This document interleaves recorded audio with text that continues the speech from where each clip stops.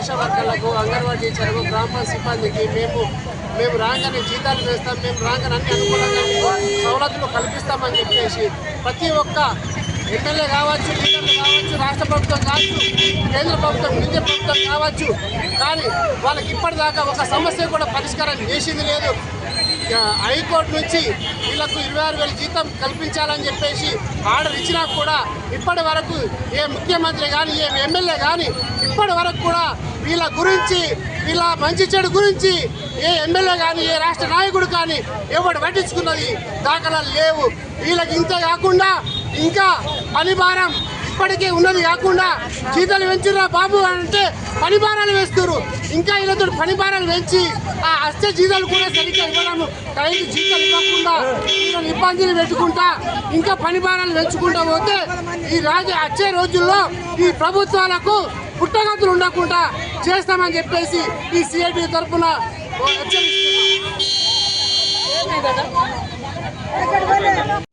ఈరోజు దేశవ్యాప్తంగా జైలు భరో కార్యక్రమాన్ని రాష్ట్ర పిలుపు మేరకు అన్ని రంగాల కార్మికులు చేపట్టినాము. మా యొక్క అంగన్వాడీ యూనియన్ తరఫున మేము ఒకటే కేంద్ర ప్రభుత్వంకు మేము కోరుకుంటున్నాము. ఇప్పటికీ ఇన్ని సంవత్సరాల నుంచి 50 సంవత్సరాల నుంచి మేము ఉద్యోగాలు చేసి రిటైర్మెంట్ అయినప్పటికైనా రిటైర్మెంట్ బెనిఫిట్ మొన్ననే 1 లక్ష రూపాయలు విడుదల చేసిండ్రు. పెన్షన్ సౌకర్యం లేదు, పిఎఫ్ ఈఎస్ఐ సౌకర్యం లేదు. మళ్ళీ కనీస వేతనం 26,000 జీతం ఇవ్వాలని, ప్రభుత్వ ఉద్యోగులుగా గుర్తించాలని ప్రీ ప్రైమరీ విద్యను తీసుకొచ్చి పెట్టిండ్రు. ఆ ప్రీ ప్రైమరీ విద్య తీసుకొచ్చి పెట్టిన అంగన్వాడీ సెంటర్లు కుంటుపడిపోయి మా జీవితాలు రోడ్డు పాలన పడుతున్నాయి. కాబట్టి వెంటనే కేంద్ర ప్రభుత్వంకు మా యొక్క అంగన్వాడీలు అందరం కూడా మేము ఒకటే విజ్ఞప్తి చేస్తున్నాం. ప్రీ ప్రైమరీ విద్యని వెంటనే తీసేసి అంగన్వాడీలకే అప్పగించాలని సిఐటిగా మేము ప్రభుత్వంకు హెచ్చరిస్తున్నాము. ఈ ప్రీ ప్రైమరీ విద్యను తీసేయకపోతే ఉద్యమం ఇంకా చేపడతామని మేము హెచ్చరిస్తున్నాం. బాగా వాళ్ళ నడుము వీర్చే విధంగా ఉన్నాయి. రైతుల పట్ల కానీ కార్మికుల పట్ల కానీ విపరీతంగా అవి ఇలా భారం మోపే విధంగా ఉన్నాయి. కాబట్టి కేంద్ర ప్రభుత్వం వెంటనే 4 లేబర్ కోడ్లను విరమించుకొని పేద ప్రజలకు న్యాయం చేయాలని ఈ సందర్భంగా వర్గ సంఘాల పోరాటంతో డిమాండ్ చేస్తూ ఉన్నాం. అంతేకాదు విద్యుత్ సవరణ బిల్లాన్ని పెట్టినరు, మీటర్లు పెడితే డిజిటల్ మీటర్లు పెట్టి పేద ప్రజలకు ఇప్పుడు ఉన్న 200 యూనిట్ల కరెంటు బిల్లు కూడా వసూలు చేసే విధంగా ప్రయత్నం చేస్తున్నారు.